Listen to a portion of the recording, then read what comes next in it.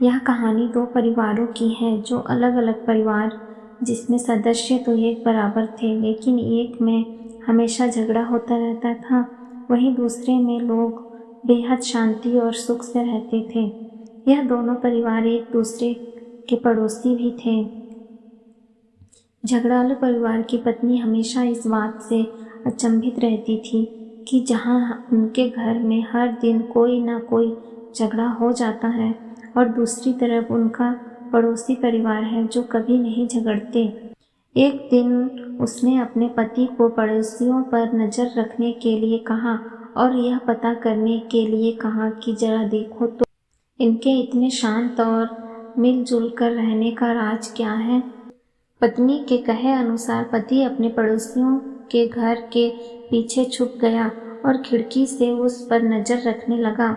खिड़की से झांक कर देखा, शांत परिवार की पत्नी फर्श पर पोछा मार रही थी। तब अचानक किचन से कोई आवाज़ सुनाई दी तो वह अपना काम छोड़कर किचन में चली गई।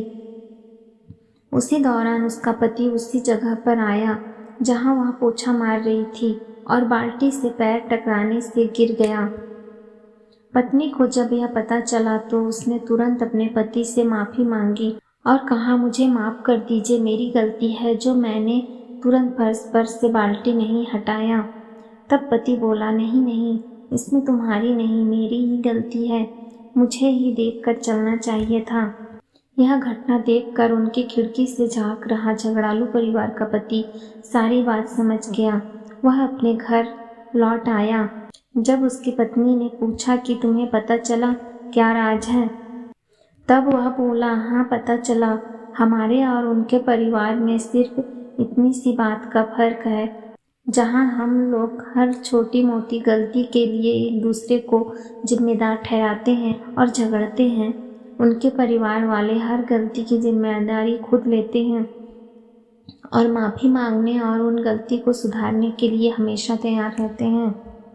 परिवार हो या कोई भी रिश्ता तभी अच्छे से चलता है जब अभिमान को दूर रखा जाए।